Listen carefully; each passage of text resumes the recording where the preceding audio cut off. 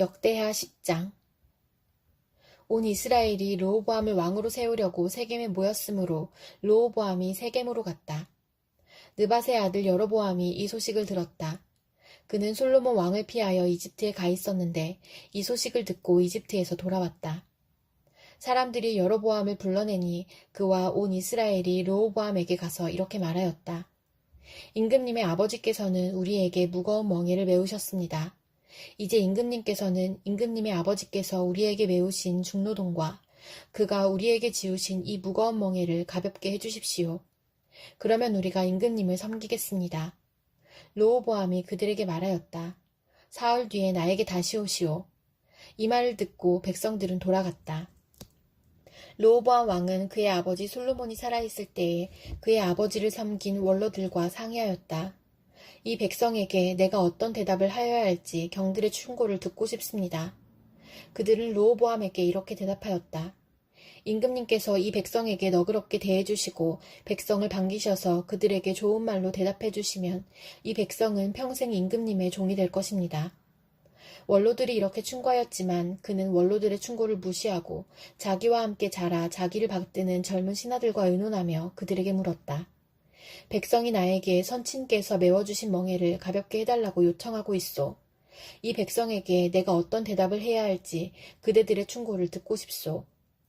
왕과 함께 자라난 젊은 신하들이 그에게 말하였다. 이 백성이 임금님의 아버지께서 그들에게 메우신 무거운 멍에를 가볍게 해달라고 임금님께 요청하였습니다. 그러나 임금님께서는 이 백성에게 이렇게 말씀하십시오.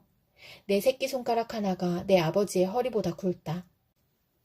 내 아버지가 너희에게 무거운 멍에를 메우셨으나 나는 이제 너희에게 그것보다 더 무거운 멍에를 메우겠다. 내 아버지께서는 너희를 가죽 채찍으로 매질하셨으나 나는 너희를 쇠 채찍으로 치겠다 하고 말씀하십시오.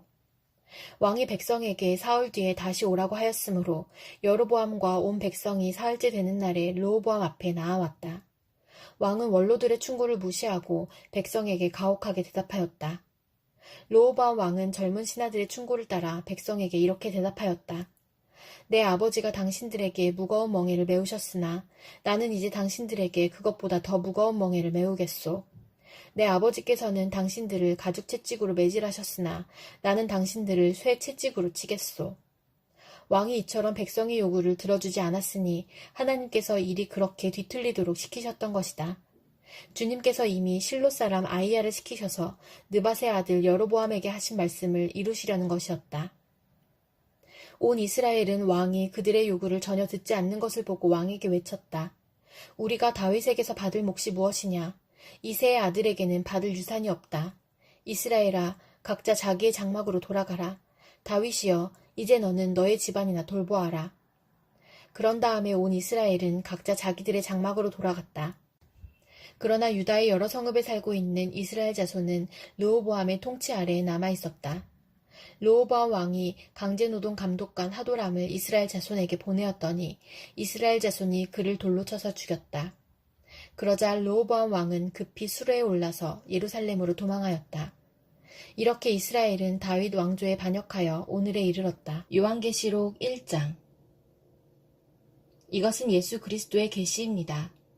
이 계시는 곧 일어나야 할 일들을 그 종들에게 보이시려고 하나님께서 그리스도에게 주신 것입니다.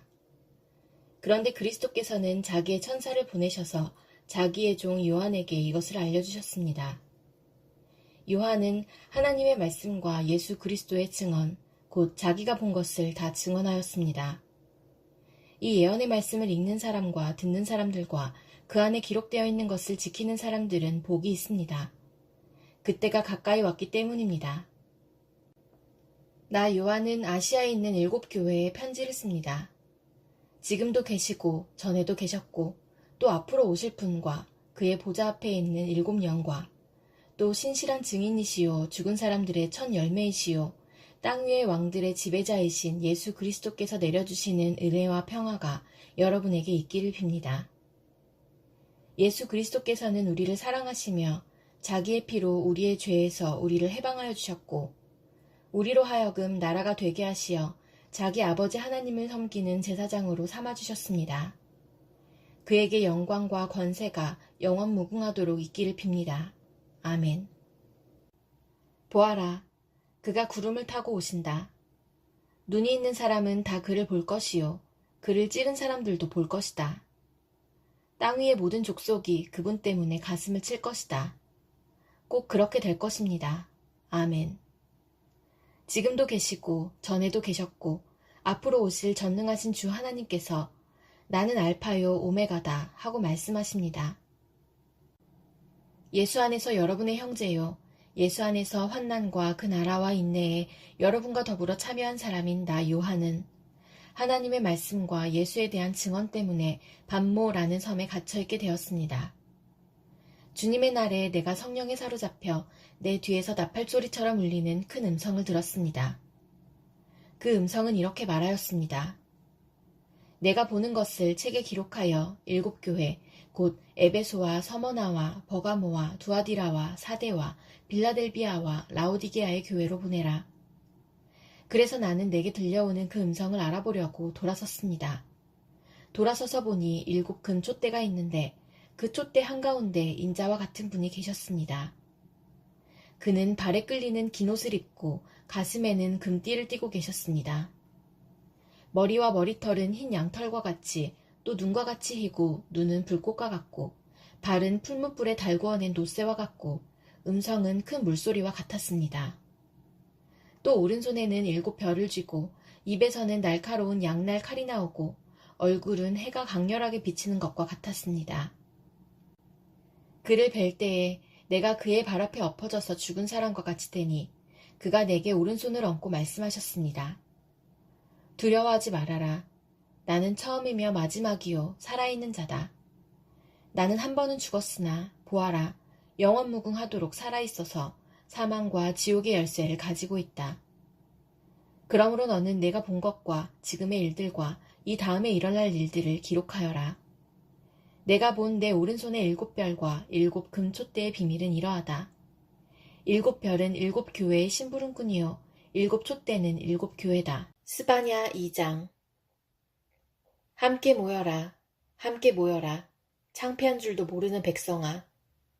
정해진 때가 이르기 전에, 세월이 겨처럼 날아가기 전에, 주님의 격렬한 분노가 너희에게 이르기 전에, 주님께서 진노하시는 날이 너희에게 이르기 전에 함께 모여라.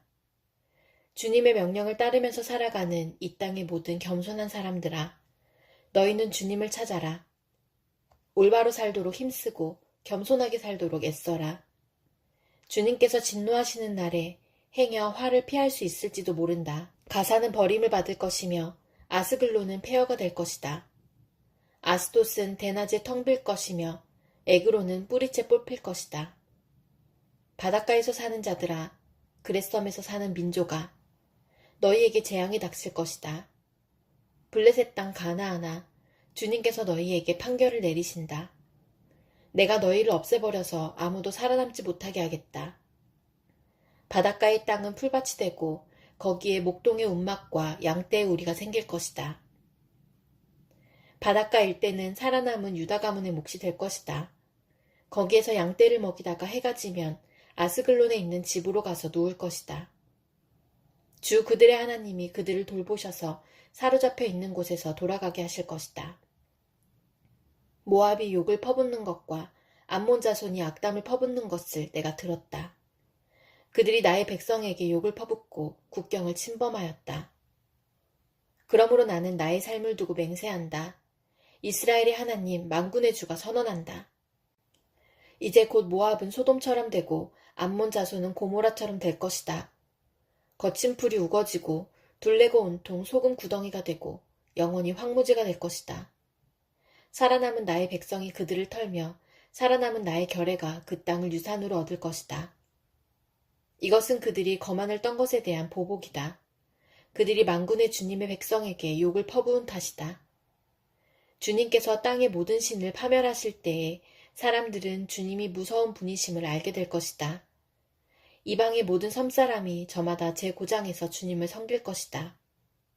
에티오피아 사람아, 너희도 나의 칼에 맞아서 죽을 것이다.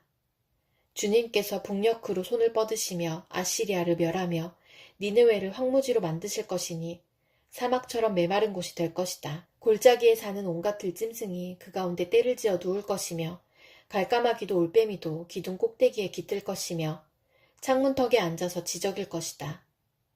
문간으로 이르는 길에는 돌조각이 너저분하고 송백나무 들보는 사가버릴 것이다. 본래는 한껏 으스대던 성, 안전하게 살 수 있다던 성, 세상에는 나밖에 없다 하면서 속으로 뽐내던 성이다. 그러나 어찌하여 이처럼 황폐하게 되었느냐? 들짐승이나 깃드는 곳이 되었느냐? 지나가는 사람마다 비웃으며 손가락질을 할 것이다. 누가복음 24장. 이레의 첫날 이른 새벽에 여자들은 준비한 향료를 가지고 무덤으로 갔다. 그들은 무덤 어귀를 막은 돌이 무덤에서 굴려져 나간 것을 보았다. 그들이 안으로 들어가 보니 주 예수의 시신이 없었다. 그래서 그들이 이 일을 어떻게 해야 할지를 몰라서 당황하고 있는데 눈부신 옷을 입은 두 남자가 갑자기 그들 앞에 나섰다. 여자들은 두려워서 얼굴을 아래로 숙이고 있는데 그 남자들이 그들에게 말하였다. 어찌하여 너희들은 살아계신 분을 죽은 사람들 가운데서 찾고 있느냐? 그분은 여기에 계시지 않고 살아나셨다. 갈릴리에 계실 때에 너희들에게 하신 말씀을 기억해 보아라. 인자는 반드시 죄인의 손에 넘어가서 십자가에 처형되고 사흘째 되는 날에 살아나야 한다고 하셨다. 여자들은 예수의 말씀을 회상하였다. 그들은 무덤에서 돌아와서 11 제자와 그 밖의 모든 사람에게 이 모든 일을 알렸다. 이 여자들은 막달라 마리아와 요한나와 야고보의 어머니인 마리아이다. 이 여자들과 함께 있던 다른 여자들도 이 일을 사도들에게 말하였다. 그러나 사도들에게는 이 말이 어처구니 없는 말로 들렸으므로 그들은 여자들의 말을 믿지 않았다. 그러나 베드로는 일어나서 무덤으로 달려가 몸을 굽혀서 들여다보았다. 거기에는 시신을 감았던 삼배만 놓여 있었다. 그는 일어난 일을 이상히 여기면서 집으로 돌아갔다. 마침 그날에 그들 가운데 두 사람이 예루살렘에서 한 30리 떨어져 있는 엠마오라는 마을로 가고 있었다. 그들은 일어난 이 모든 일을 서로 이야기하고 있었다. 그들이 이야기하며 토론하고 있는데 예수께서 가까이 가서 그들과 함께 걸으셨다. 그러나 그들은 눈이 가려져서 예수를 알아보지 못하였다. 예수께서 그들에게 물으셨다. 당신들이 걸으면서 서로 주고받는 이 말들은 무슨 이야기입니까? 그들은 침통한 표정을 지으며 걸음을 멈추었다. 그때 그들 가운데 하나인 글로바라는 사람이 예수께 말하였다. 예루살렘에 머물러 있었으면서 이 며칠 동안에 거기에서 일어난 일을 당신 혼자만 모른단 말입니까? 예수께서 그들에게 물으셨다. 무슨 일입니까? 그들이 그에게 말하였다. 나사렛 예수에 관한 일입니다.